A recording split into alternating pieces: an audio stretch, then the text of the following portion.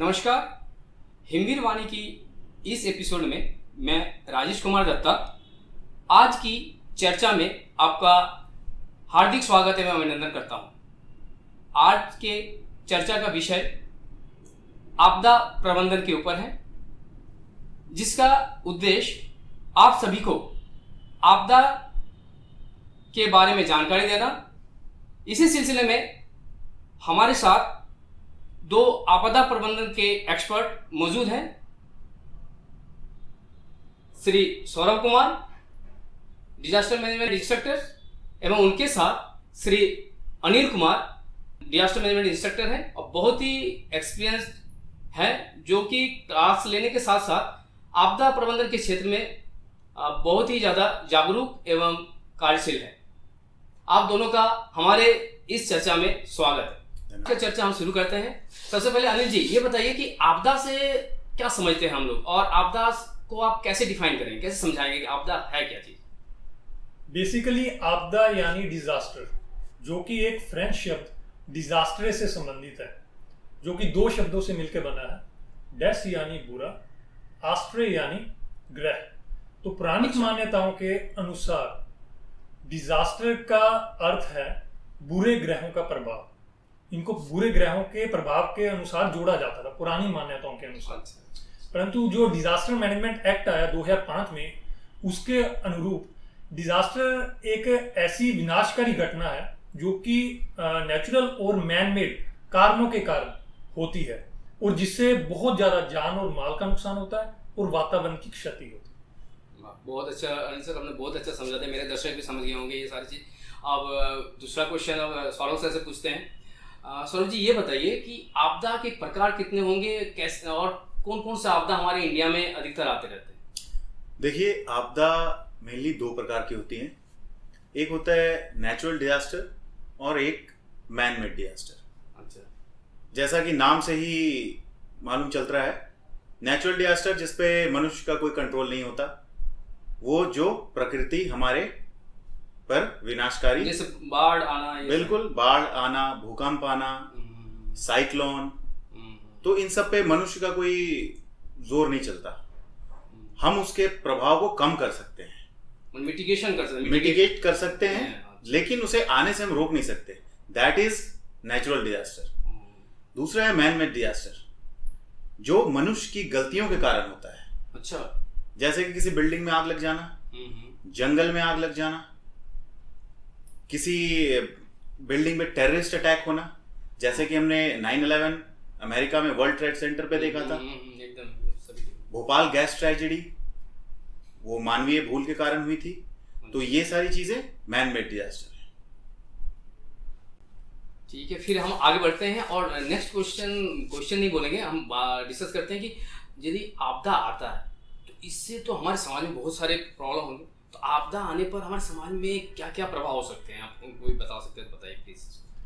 आपदाओं का समाज पे काफी प्रभाव पड़ता है, बट ये किस पे डिपेंड करता है कि डिजास्टर किस प्रकार का है। ये इम्पैक्ट जो समाज पे पड़ेगा, ये उसकी टाइप पे डिपेंड करता है कि कौन सा आपदा आ रही है और उसका इम्पैक्ट कितना है। जो कॉमनली इम्पैक्ट होते हैं समाज पे, वो इस प्रकार हैं, जैसे कि इंजरी होना, लाइफ का लॉस होना, प्रॉपर्टी का डिस्ट्रक्शन होना, प्रोडक्शन का और लाइफस्टाइल का डिस्टर्ब हो जाना, और इसके साथ साथ जो नेशनल इकोनॉमी है उसका लॉस होना।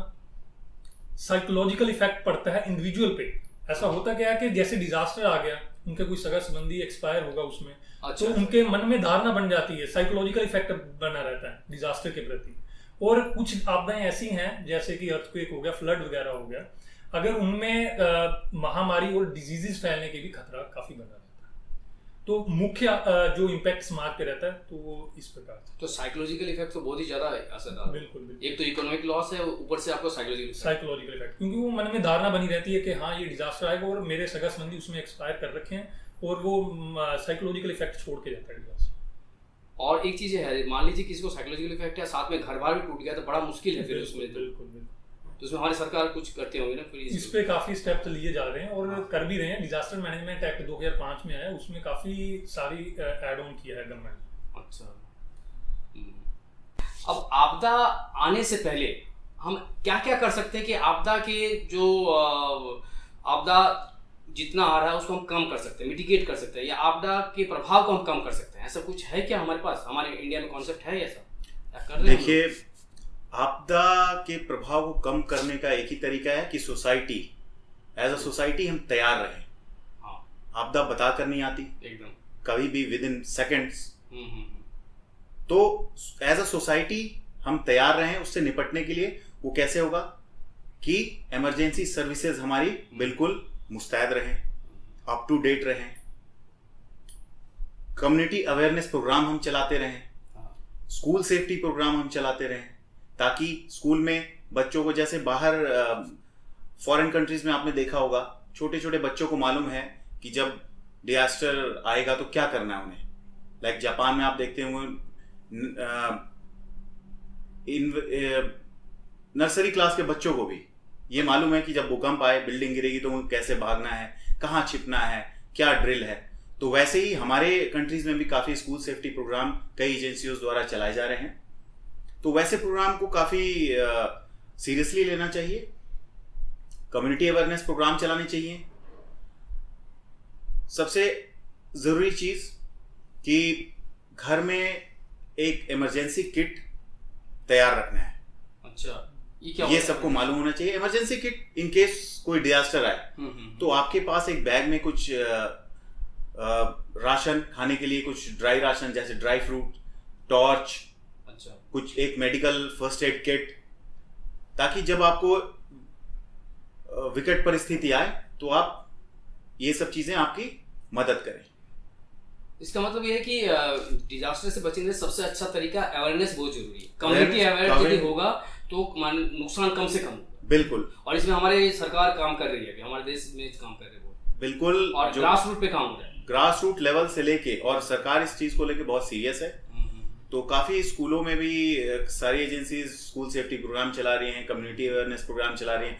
और जो अर्थक्वेक प्रोन एरियाज हैं उनमें कंस्ट्रक्शन के नियम काफी स्ट्रिक्ट बनाए गए हैं गवर्नमेंट की तरफ से। जैसे जो सेस्मिक जोन 4 और 5 के एरियाज हैं वहां पर है कि आप जितने परमिसेबल लिमिट है उससे ज्यादा हाई राइज बिल्डिंग नहीं बनाए जाएं। तो ये गवर्नमेंट इस चीज को लेकर काफी सीरियस है।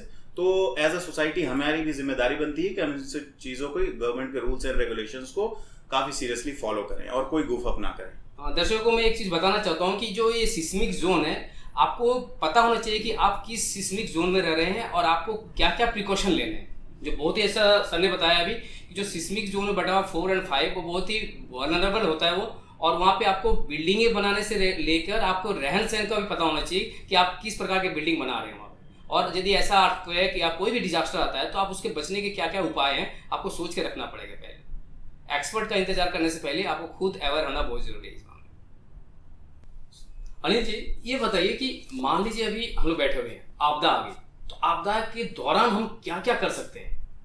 बहुत बढ़िया क्वेश्चन है आपका। एक्चुअली लोगों को इसके लिए काफी अवेयर करने की जरूरत भी है, क्योंकि हम लोग क्या करते हैं, घबरा जाते हैं। अगर आपदा आती है तो घबरा जाते हैं और हम जो भी डिसीजन लेते हैं वो गलत हो जाता है। तो सबसे पहले तो यही करना है कि आपदा के दौरान घबराएं नहीं, शांत रहे, बिल्कुल भगदड़ ना मचाए, क्योंकि जब हम भगदड़ मचाते हैं तो उससे हमें काफी बुरा इम्पैक्ट पड़ता है। लेकिन संभव है क्या कि जब आपदा हो तो हम शांत बैठे?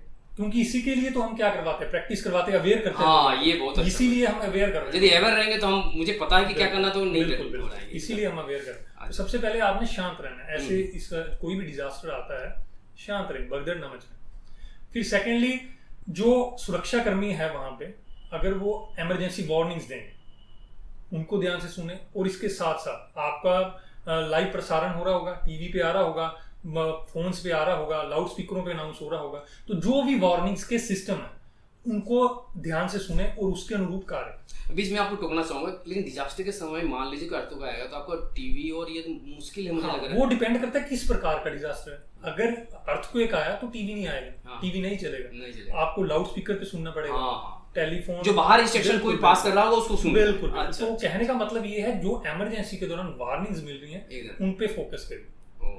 उसके बाद आप बाहर आ गए, डेंजर जोन से बाहर आ गए, आपको दिख रहा है कि आप डिजास्टर भी रुक गया, घायल हैं जो आपको दिख रहा है ऑन सरफेस, जो घायल दिख रहे हैं उनकी मदद करिए। हम यही तो कम्युनिटी अवेयरनेस में करवाते हैं कि लोगों को पता हो अपने आप को कैसे सेव करना है, और अगर कोई घायल हो रखा है दिख रहा है उसको तुरंत हम फर्स्ट एड दे सकते हैं और रेस्क्यू। अच्छा, इसका मतलब फर्स्ट एड की ट्रेनिंग भी देते हैं? बिल्कुल बिल्कुल।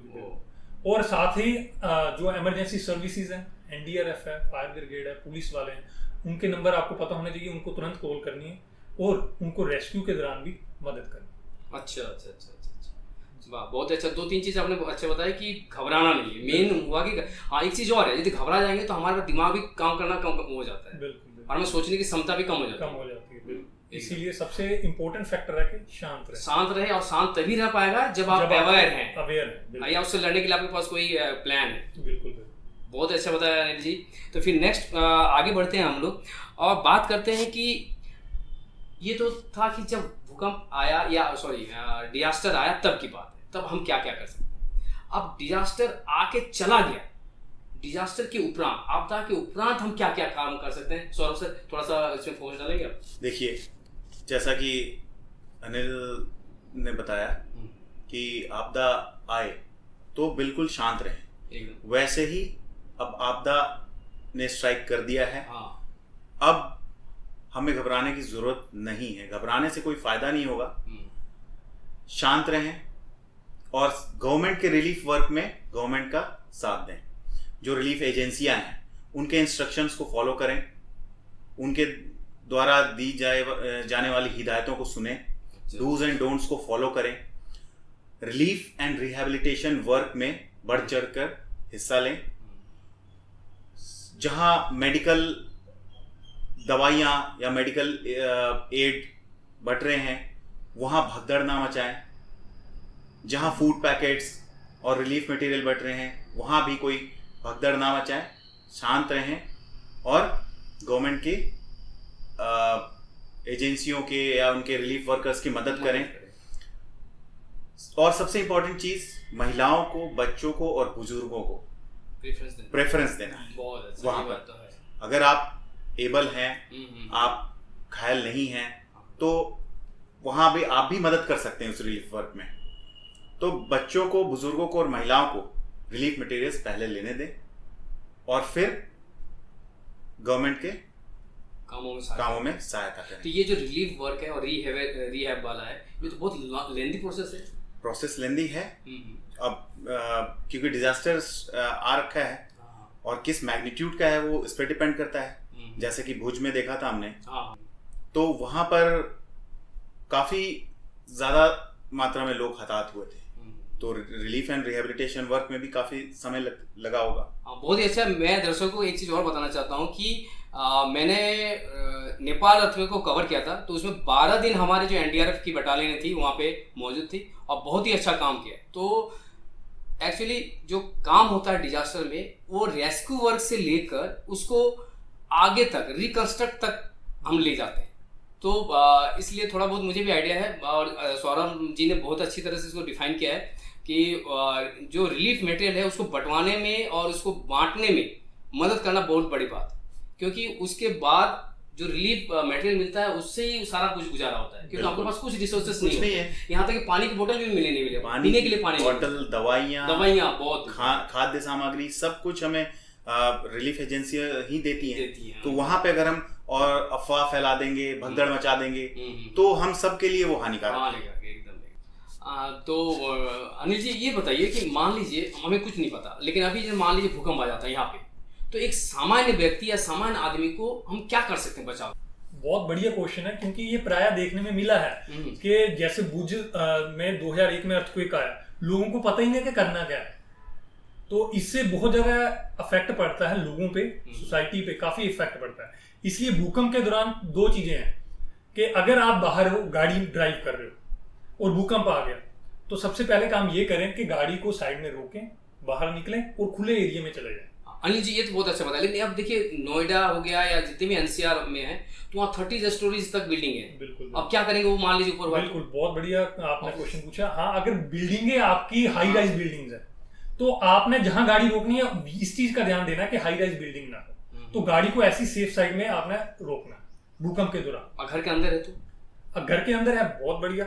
अगर घर के अंदर है तो उसमें आपने दो चीजें करनी है। एक तो पहले जैसे टेबल होते हैं हमारे, टेबल होते हैं उसके नीचे स्पेस होती है काफी, आपने अपने आप को वहां छुपाना है। क्यों छुपाना है? ताकि आपके सिर पे कोई इंजरी ना हो, ऊपर से अगर कोई मलबा गिरेगा तो आपको हेड इंजरी हो। अच्छा, मतलब जो रबल गिर रहा है उसका फर्स्ट इंपैक्ट आपके सिर पे ना पड़े। बिल्कुल, मतलब उसका जो फोर्स है वो पहले झेल ले अपना वो टेबल। बिल्कुल बिल्कुल, वो टेबल झेल जाएगा। अच्छा। तो सबसे पहला काम आपने ये करना है, कोई हार्ड चीज देखनी है, चाहे बेड हो गया चाहे टेबल हो गया, उसके नीचे अपने आप को छुपा ट्रेमर्स के दौरान, मतलब अगर भूकंप आ रहा है। सेकेंडली, अगर आपको लग रहा है कि मैं बाहर निकल सकता हूँ, आप नजदीक हो एग्जिट के, तो बाहर निकलने का प्रयास करिए। अच्छा। अगर आप ऊपर के फ्लोर में हो तो आपको अपने आप को सेफ इस तरीके से करना, जैसे मैंने पहले बताया, टेबल के नीचे और बेड के नीचे छुपा। और लिफ्ट का इस्तेमाल नहीं करना। हाँ, अब ये चीज मैं आगे कवर करने वाला था, आपने अच्छा। इसको पहले ही बोल दिया। हाँ। अगर ट्रेमर रुक गया है, हाँ। मतलब भूकंप के झटके रुक गए, तो आप ऊपर से नीचे अभी आना चाह रहे हो, क्योंकि अर्थक्वेक के बाद क्या होता है कि आफ्टर शॉक्स भी आते हैं। एक आफ्टर शॉक टर्म होती है इसमें, इसका मतलब क्या है? आफ्टर शॉक होता है कि अर्थक्वेक के तुरंत बाद ना हल्के हल्के झटके आते हैं। अच्छा, तो उससे और इम्पैक्ट पड़ सकता है। इसलिए ये बताया जाता है कि अगर अर्थक्वेक के दौरान ट्रेमर्स रुक जाते हैं तो आपने लिफ्ट्स का उपयोग कभी नहीं करना, सीढ़ियों के रास्ते से बाहर आना। और जब भूकंप के झटके रुक गए हैं तो ऐसा ना समझे कि भाई भूकंप के झटके रुक गए, चलो अब बिल्डिंग के अंदर दोबारा चलते हैं, नहीं, क्योंकि आफ्टर शॉक्स आ सकते हैं। तो आपने खुले मैदान में अपने आप को सेफ रखना है जब तक कि इमरजेंसी आपको बताते नहीं है सर्विसेज वाले कि अभी आप लोग सेफ हैं, आप बिल्डिंग के अंदर जा सकते हैं। मुझे तो लगता है कि जो आफ्टर शॉक है और ज्यादा खतरनाक होते हैं, क्योंकि मेन जो आता है उससे कमजोर हो जाता है। बिल्कुल, परंतु उसका जो अर्थक्वेक का इम्पैक्ट है वो ज्यादा होता है। सपोज अगर 7 रिक्टर स्केल का आया है अर्थक्वेक, आफ्टर शॉक का जो आएगा वो झटका कम होगा उससे, ये श्योर है, उसका जो झटका आएगा वो कम आएगा आफ्टर शॉक। तो इन चीजों का हमें बेसिकली ध्यान देना चाहिए। एकदम बहुत ही अच्छा। अब बहुत ऐसा आपने डिफाइन किया और अच्छा समझ में भी आ गया कि हमें क्या करना है। यदि हम रोड पे हैं तो क्या करेंगे, और यदि बिल्डिंग के अंदर है तो क्या करेंगे। तो ऐसे ही सौरभ जी, तो आपसे कुछ जान लेते हैं कि अब मान लीजिए बाढ़ आया है। आजकल देखिए जो ये सीन है, देखिए जब भी टीवी खोलिए आप खाली बाढ़ ही दिख रहे, चारों तरफ पानी दिख रहे। तो बाढ़ की हालत में हम कैसे बचाव करेंगे, कैसे कर सकते हैं? देखिए, फ्लड जो है ये भी नेचुरल डिजास्टर है, एकदम हम इसे रोक नहीं सकते। नहीं तो और ये पहले तो जाना है किन कारणों से। रिवर कैचमेंट एरिया जो है वो फ्लड से डील करने के लिए ही बने होते हैं। आजकल मकान और वहाँ पे हमने एकदम इलीगल कंस्ट्रक्शंस और वहाँ पे कई सारी बिल्डिंग बना दी, तो नदियों को अपना रास्ता नहीं मिल पा रहा। जब पानी उनमें एक्सेस हो रहा है तो रिवर कैचमेंट एरिया उन एक्सेस पानियों को रास्ता देने के लिए अब वहां पे कंस्ट्रक्शन कर दिया तो पानी तो आएगा ही सोसाइटी के अंदर। तो बाढ़ की स्थिति में सबसे पहले हमें करना है कि घबराए नहीं। वही अपना जो पहला घबराना, बिल्कुल, सबसे पहले किसी भी डिजास्टर में पहले घबराए नहीं।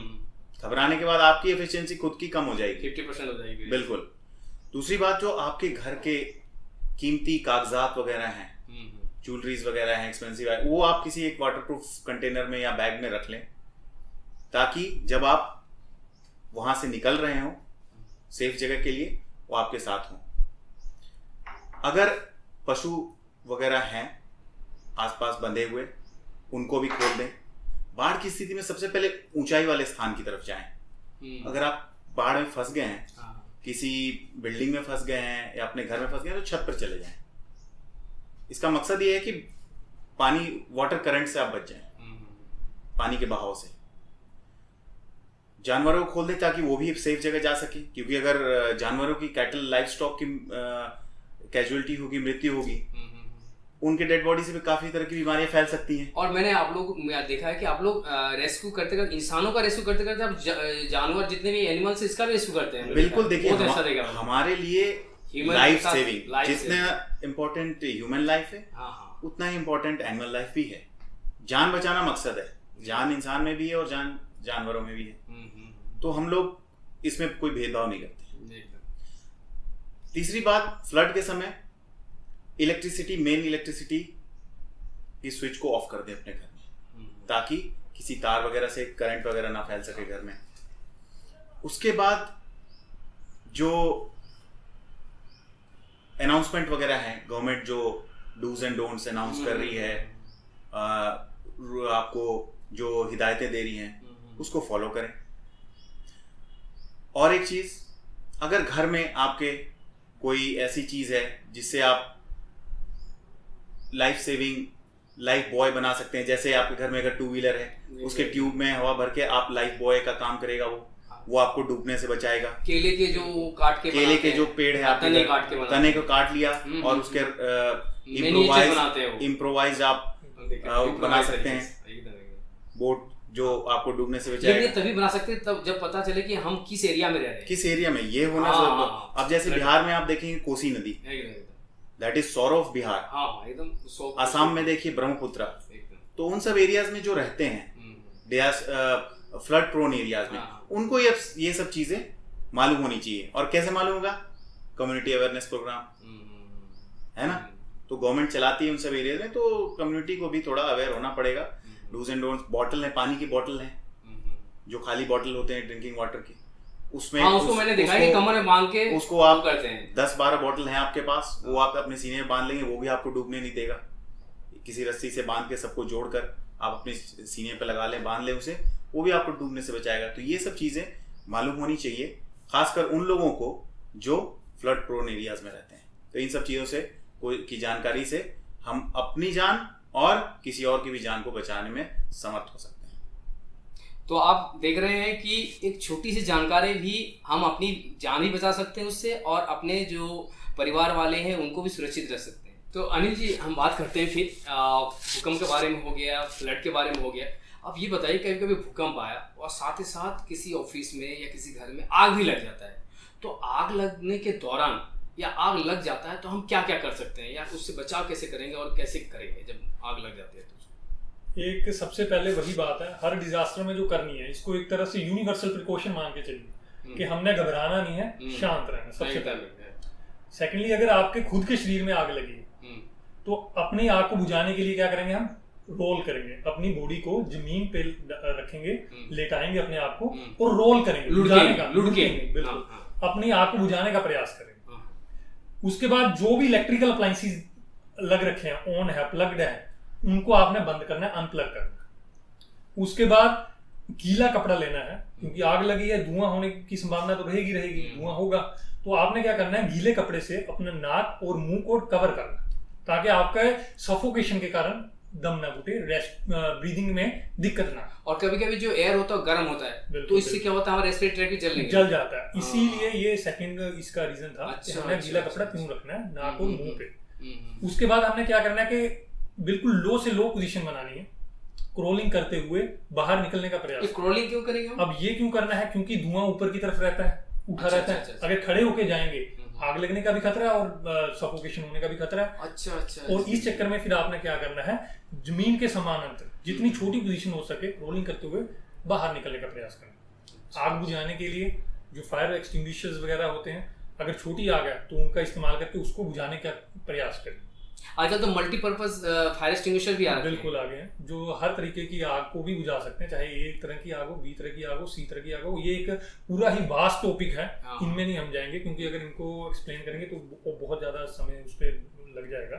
ये एक अलग टॉपिक है। मोटे मोटे तौर पे हम ये करके हम इसको संभाल सकते हैं, आग को मिटिगेट कर सकते हैं। बिल्कुल बिल्कुल। तो मोटे तौर पे आपको ये जो अभी मैंने बताई हिदायतें दी है, इसको अगर लोग इम्प्लीमेंट कर ले तो काफी बचाव हो सकता है। अच्छा, बहुत अच्छा। सौरभ जी, अब बात करते हैं आपसे कि आजकल देखते हैं कि लैंडस्लाइड बहुत हो रहे हैं, जैसे खासकर हिमाचल हो गया, अभी चंबा में हुआ था कुछ दिन पहले, और किन्नौर में, और उसके बाद लेह लद्दाख वाले एरिया में, उत्तराखंड वाले इसमें, तो अधिकतर लैंडस्लाइड हो रहा है। तो लैंडस्लाइड के कारण क्या है और कैसे उसका ये कर सकते हैं? देखिए, लैंडस्लाइड को मिटिगेट करने का एक ही तरीका है, ज्यादा से ज्यादा एफोरेस्टेशन करें हिली एरियाज में, जो लैंडस्लाइड प्रोन एरियाज है, ज्यादा से ज्यादा पेड़ लगाएं, डिफॉरेस्टेशन को बंद करें, क्योंकि जो पेड़ हमारे होते हैं वो मिट्टी को पकड़ कर रखते हैं, उनकी जड़ें, तो उनको काटेंगे मिट्टी लूज होगी, लैंडस्लाइड होगा। दूसरी बात, जो स्टीप स्लोप्स हैं उन सब एरियाज में कंस्ट्रक्शन करने से बचें। अच्छा। फिर जो नेचुरल ड्रेनेज सिस्टम है, जो पानी का बहाव है पहाड़ों में आ रहा है, उनको कभी ब्लॉक ना करें, उनको अपने रास्ते से अपने बहने दें। अच्छा। प्लस जो लैंडस्लाइड प्रोन एरियाज है वहां पर जाने से बचें। और अगर आप उस एरिया से निकल रहे हैं और लैंडस्लाइड आप देख रहे हैं, ऊंचाई से शूटिंग स्टोन्स, पत्थर आ रहे हैं, मलबा आ रहा है, उस एरिया से क्रॉस ना करें और इमरजेंसी सर्विसेज को तुरंत से तुरंत कॉल करें और इंफॉर्मेशन दें। अच्छा, तो इससे लैंडस्लाइड काफी हद तक बचाव कम कर बचा सकते हैं। अच्छा अच्छा अच्छा। और मार्क भी कर सकते हैं जहाँ पे शूटिंग स्टोन और ये सारे बिल्कुल, होते वो हैं। आप मार्क एरियाज मार्क होते हैं, आपने पहाड़ में देखा होगा। और हमने देखा भी कि वो सीमेंट का कुछ बनाते भी हैं दीवारों को जैसा, वो इसलिए ताकि मिट्टी एक बार में नीचे ना आ नीचे सके, ना आ जाए। थोड़ा टाइम मिले, अच्छा अच्छा। थोड़ा टाइम मिले हमें हाँ हाँ हाँ। बचने का, बचाव करने का। वो इसलिए वो एक PWD और अदर एजेंसी है, वो कंस्ट्रक्शन इसके लिए होते हैं। अच्छा, तो आज की चर्चा में हमने जाना कि आपदा होता क्या है, आपदा कितने प्रकार के होते हैं। तो अनिल जी ये बताइए अंत में कि आपदा मैनेजमेंट कैसे करते हैं, या डिजास्टर मैनेजमेंट क्या है? बिल्कुल, डिजास्टर मैनेजमेंट दो चीजें हैं, डिजास्टर को मैनेज करना, डिजास्टर मैनेजमेंट। बेसिकली डिजास्टर में क्या होता है, जो खतरे होते हैं, डिजास्टर से क्षति होती है। डिजास्टर मैनेजमेंट का मतलब क्या है, ऐसी कार्रवाई जिससे डिजास्टर के जो क्षति होती है उनको कम किया जाए। इस अप्रोच में क्या क्या चीजें शामिल होती है, प्लानिंग, ऑर्गेनाइजेशन, कोऑर्डिनेशन, और फिर उसके बाद उसको इम्प्लीमेंट करना, दैट इज इम्प्लीमेंटेशन। तो ये चार चीजें बहुत जरूरी हैं जिससे मिलके डिजास्टर मैनेजमेंट की कार्रवाई की जाती है। डिजास्टर मैनेजमेंट के लिए हमारे नोडल एजेंसीज बन रखी हैं, जैसे नेशनल लेवल पे नेशनल डिजास्टर मैनेजमेंट अथॉरिटी काम करती है, NDM, जिसका चेयरपर्सन प्राइम मिनिस्टर होते हैं। स्टेट लेवल पे SDM है, यानी कि स्टेट डिजास्टर मैनेजमेंट अथॉरिटी काम करती है, जिसके चेयरपर्सन CM होते हैं, चीफ मिनिस्टर। ऐसी फिर डिस्ट्रिक्ट लेवल पे district disaster management authority DDM काम करती है, तो जिसके चेयरपर्सन DM होते हैं। तो ये सारी चीजें हमें कैसे कब मिली, डिजास्टर मैनेजमेंट एक्ट 2005। ये सारी चीजें उसके बाद हमने प्लानिंग करी और उनको अभी इंप्लीमेंट कर रहे हैं नेशनल लेवल पे, स्टेट लेवल पे और डिस्ट्रिक्ट लेवल पे। इसके साथ साथ हमने एक फोर्स तैयार करी है जिसको बोलते हैं NDRF, national disaster response force. हाँ, हम लोग टीवी में देखते हैं उसको, ऑरेंज कलर का जो एक पेन है, पेन करके कहते हैं, हर जगह बिल्कुल पहुंचते बिल्कुल, हैं। जिसका ये फोर्स का काम क्या है, कोई भी डिजास्टर होता है तुरंत उस पर रिस्पॉन्ड कर। तो इस फोकस से एक हमने फोर्स तैयार करी है जो कि डिजास्टर मैनेजमेंट एक्ट के बाद तैयार की गई। तो आज की चर्चा में हमने पाया कि डिजास्टर या आपदा को रोकना मुश्किल है, वो आएगा ही, लेकिन हमें यदि मिटिगेशन और प्रिपेयर्डनेस पता है तो हम उसके इम्पैक्ट को कम कर सकते हैं। तो मुझे लगता है कि ये जो आज की चर्चा है आप सभी के लिए बहुत ही लाभदायक होगा, और इसके लिए आप दोनों का धन्यवाद। Thank you. धन्यवाद। जय हिंद।